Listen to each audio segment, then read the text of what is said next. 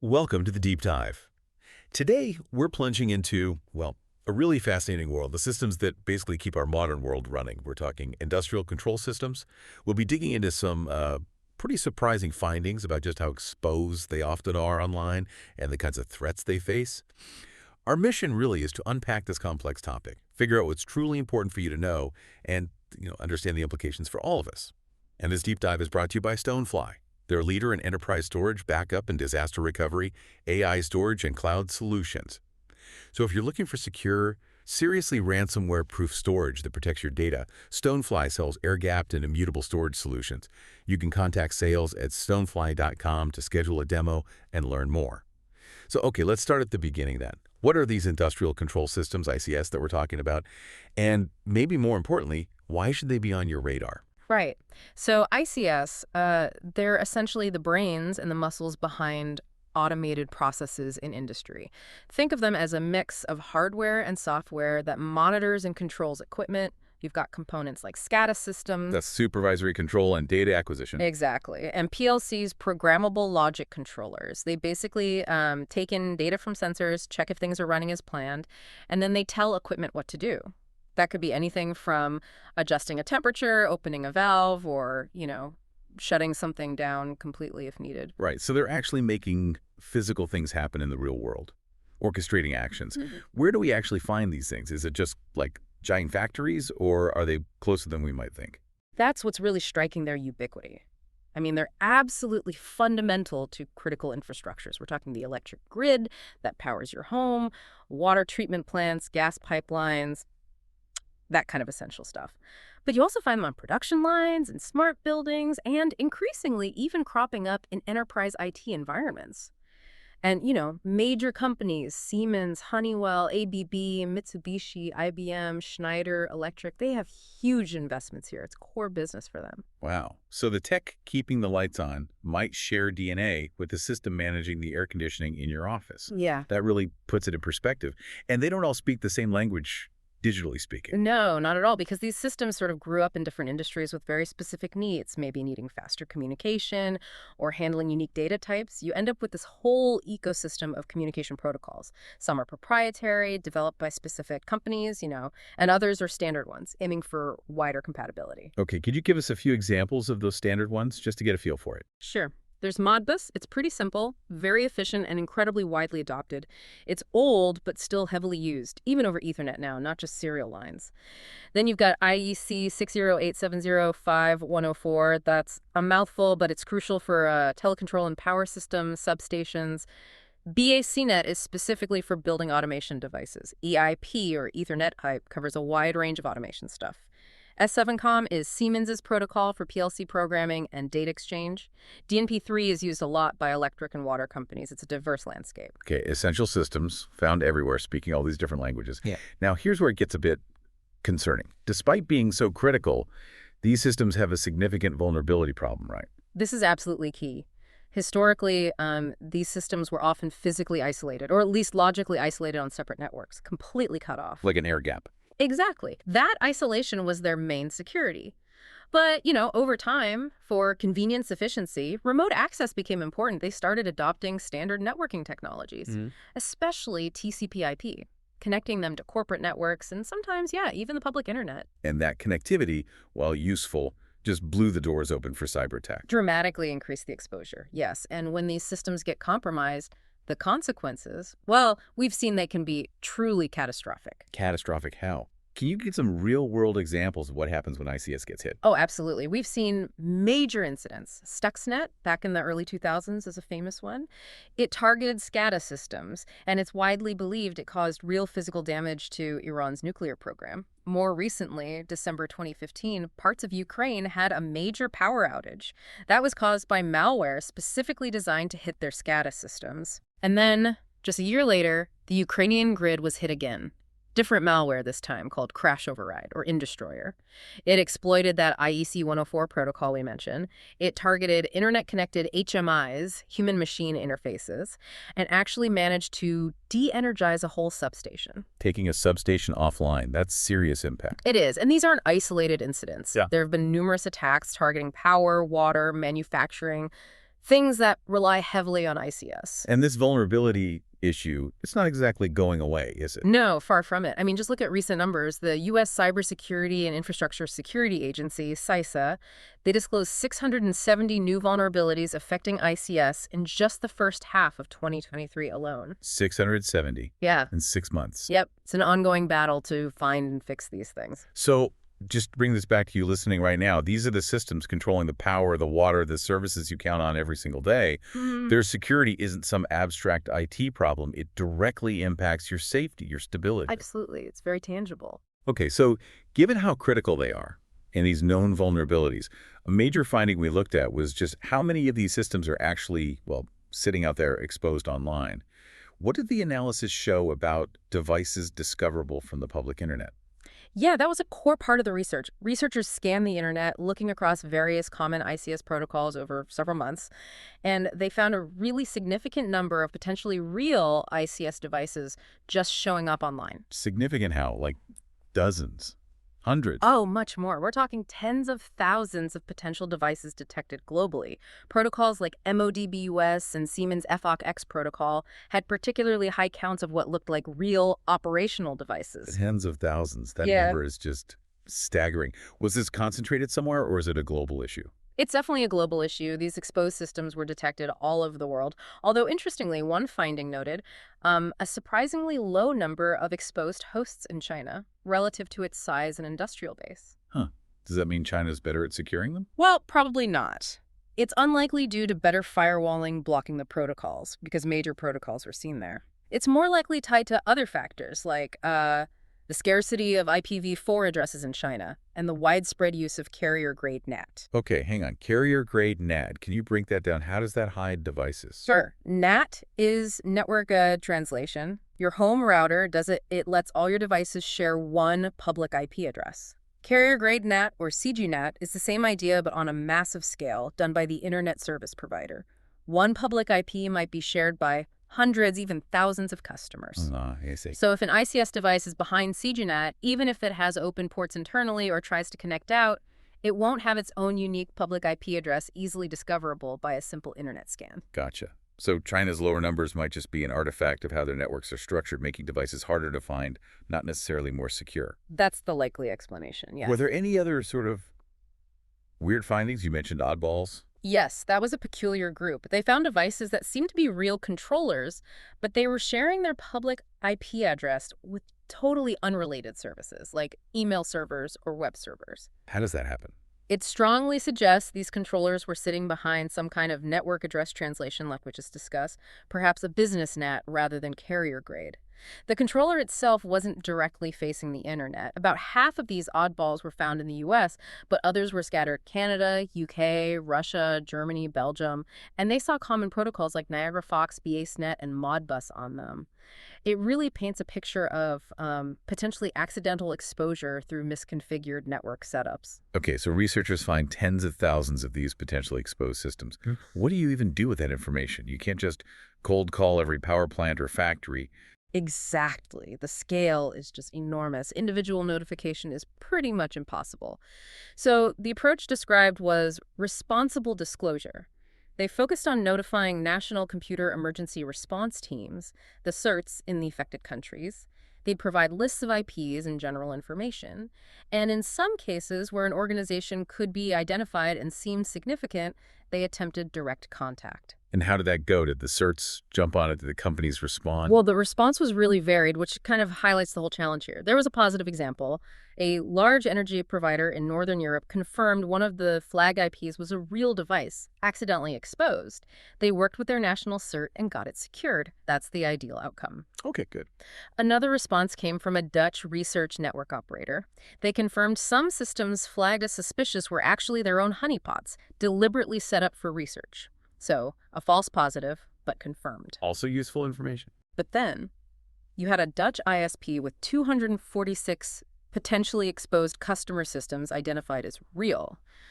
Their response was just that their security team would consider informing the customers. Not exactly reassuring. Oof. Consider. Yeah, that's not great. And perhaps most concerning, they directly notified 4 specific industrial plants in Germany about exposed devices. After 90 days, there was zero response from any of them, and the devices were still online, still exposed. Wow. Just ignored it. That's unbelievable given the stakes. It really underlines the problem. Finding the vulnerability is one thing. Getting the owner to acknowledge it and act is a completely different, often very difficult hurdle. So the takeaway is there are definitely real critical systems out there exposed, and securing them is a massive complex challenge, partly because of inertia or lack of response. Absolutely. The scale makes individual notification tough, certs are the main route, but even then, action isn't guaranteed. Okay, so we know ICS are vulnerable, many are exposed. How do researchers figure out who is actually scanning for these things and how they're trying to get in? This seems like where honeypots come into play, right? Digital decoys? Exactly right. Honeypots are crucial tools here. They are systems deliberately designed to look like real devices or networks, in this case, industrial systems. The idea is to attract attackers, let them interact with the decoy, and then you can study their techniques, their tools, where they're coming from, all without risking actual infrastructure. Like setting up a fake power station control panel online. Sort of, yeah.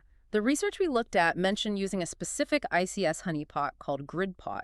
It was built on an open source framework called ConPot, and it was designed to mimic components of an electrical grid. They even used another tool, GridLab-ED, which simulates power grid operations, to try and make the honeypot seem more realistic to potential attackers. And the idea wasn't just physical honeypots, but also putting them in the cloud. Why do that? Yes, exploring cloud deployments like using DigitalOcean, which was done in some experiments, offers potential advantages. You could potentially reduce costs compared to physical hardware. The cloud offers scalability. You can spin up lots of honeypots easily. Elasticity, too. Plus, you get offsite backup, storage, and maybe easier access to analytics tools for all the data you collect. Makes sense. But does putting something that looks like critical infrastructure, even a decoy, into a public cloud environment create its own problems or risks? It definitely does. For one thing, you're potentially exposing that decoy and any vulnerabilities it mimics to a much wider audience of scanners just by being on a public cloud IP. You're also relying heavily on the cloud provider's security measures. And things like multi-tenancy, where your honeypot might share physical hardware with other customers, introduce complexities. It's a trade-off. So the research involved experiments comparing data from a physical honeypot deployment with these cloud-based ones. What did that comparison actually show about the traffic they attracted? The results were pretty interesting, especially looking at traffic volume. One of the cloud deployments, called Experiment 3, actually received significantly more total network requests than the physical one, particularly HTTP requests, just generic web traffic hitting the IP address. More overall noise in the cloud. It seems so. Experiment 1, another cloud test, also saw a higher daily average of HTTP requests than the physical setup. Okay, but what about the ICS-specific traffic? The stuff actually trying to talk Modbus or IEC 104. That's where it got counterintuitive. Generally, the cloud experiments saw lower daily volumes of ICS traffic, like IEC 104 messages, compared to the physical deployment. Experiment 1 was sort of similar in average IEC 104 traffic to the physical one, but experiments 2 and 3 were much lower. Huh. More overall traffic, but less targeted ICS traffic in the cloud. Why would that be? Well, digging into the types of sessions shed some light. Experiment 1, that was the U.S. cloud deployment, which also got indexed early on by Shodan, the IoT search engine. Right, so it was very visible. Exactly. It saw a surprising jump in connections from IP addresses that tried to connect using both regular HTTP and the ICS protocol, IEC 104 in this case. But often, these connections were sending badly formatted IEC 104 messages, like literally just sending HTTP commands, GET requests to the IEC 104 port. So, not sophisticated attackers. It strongly suggests that what this very visible cloud honeypot initially attracted was a lot of simple, automated, indiscriminate scanning. Bots just blasting common ports, including the ICS ones, with generic probes to see what sticks. Ah, okay. More like background radiation than targeted strikes. Pretty much. It suggests a U.S. cloud deployment might initially attract more of that low-level noise. The researchers noted that some code changes made in experiments 2 and 3 might have made them slightly less appealing or obvious to these simple scanners, perhaps explaining the lower ICS traffic there.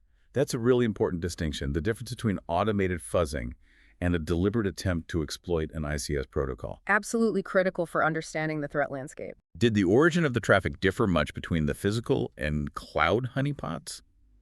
Where are the scans coming from? Yes, the geographical distribution of the IPs initiating the actual ICS sessions showed different patterns across the experiments. For experiment 1 in the US cloud, Germany was a dominant source of ICS traffic. For experiment 2, the Netherlands and China were prominent.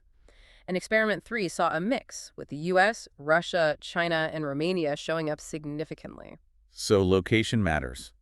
Different cloud regions or IP blocks might attract scanners from different parts of the world. It certainly seems that way based on this data. The specific location or provider could influence the attacker profile you see. Now, this is all about fooling attackers. But can the attackers spot the decoys? How good are honeypots at hiding? That's the constant cat and mouse game in honeypot research. Attackers get better at spotting fakes, and defenders get better at making them realistic. The research discussed ways honeypots can give themselves away. One big clue is running weird combinations of protocols. Like what? Like finding a system running IEC 608705104, that power grid protocol, on the same IP address as ATG, which is used for automatic tank gauging at gas stations. Industrially, that makes absolutely no sense. No real system would be configured like that. It screams honeypot. Right, context matters. Another dead giveaway can be having thousands of open ports. Real embedded controllers usually have very few specific ports open for their function. A system listening on everything looks suspicious. So it's not just about mimicking one protocol well, but making the whole system's digital footprint believable. Exactly. And even sophisticated honeypots that emulate lots of services, maybe showing ports for Bitcoin or Elasticsearch, common non-ICS things can be tripped up by subtle details, things found in web interfaces, for example. Seeing a default Cisco logo or specific router model names like CPPLUS DVR, Broadcom router, WayOS, Cisco RV340, Netgear switch appearing on an IP that's also claiming to be an industrial controller, or even revealing bits of Linux file structures. These are the kinds of digital artifacts researchers look for to identify other honeypots, and presumably sophisticated attackers do too. Fascinating. It's like digital forensics to spot the fake. And wasn't there that weird DNS issue with the cloud honeypot too? Something about recycled IPs. Ah, yes, that was a specific oddity in experiment 1. Because cloud providers reuse IP addresses all the time, the IP assigned to the honeypot had apparently previously belonged to some website based in China. Due to lingering DNS cache entries somewhere, DNS cache poisoning, essentially some traffic still trying to reach that old Chinese website, ended up getting directed to the honeypot's basic HTML status page instead. Huh. So random internet traffic looking for a website ended up hitting the ICS honeypot by mistake. Exactly. It just highlights the kind of unpredictable noise and challenges you can encounter, specifically because of how cloud infrastructure works, with IP addresses getting constantly recycled. It's another variable in the mix. Yeah. So, okay, let's try and pull these threads together. What does this all mean for you listening? Well, first, the big one. Industrial control systems, the ones running critical stuff, are definitely out there, connected to the internet, and they are vulnerable. The research found tens of thousands potentially exposed. And many seem exposed due to simple mistakes or inaction. That's right. A lot appears to stem from basic misconfiguration or just a lack of response from the owners when someone does point out the exposure. Second, attackers are actively scanning for these systems. However, a lot of the activity observed, especially hitting cloud honeypots initially, seems to be that simpler, indiscriminate, automated scanning, not necessarily super sophisticated, targeted attacks in high volume. Though those certainly exist too. Oh, absolutely. But the bulk noise might be simpler. Third, using cloud environments for ICS, whether real or honeypots, introduces new dynamics. It potentially attracts more of that automated scanning, but it also brings challenges like those IP recycling issues we saw. And finally, honeypots are a vital tool. They let us peek into the attacker's playbook. Researchers are getting better at building realistic ones, but attackers are also learning to spot tells, like those odd protocol combinations or web page artifacts. It's an ongoing evolution. Which leads to a final thought, maybe something provocative for you to consider. Given the sheer number of critical systems found exposed online, often seemingly by accident, and given that much of the probing observed seems relatively simple and automated, how prepared are we really for more sophisticated, more patient, more determined adversaries targeting the infrastructure we all depend on every single day? It feels like a crucial question. And that brings us to the end of this deep dive. We've gone through what ICS are, why they're vulnerable, how many are exposed, the tough challenge of getting them secured, and what we're learning from honeypots about the threats they face. Thank you so much for joining us. And just a reminder, this deep dive was sponsored by Stonefly, They're leaders in enterprise storage, backup and disaster recovery, AI storage, and cloud solutions. So if you're looking for genuinely secure, ransomware-proof storage, Stonefly offers air-gapped and immutable storage options. You can contact sales@stonefly.com to schedule a demo. Until next time.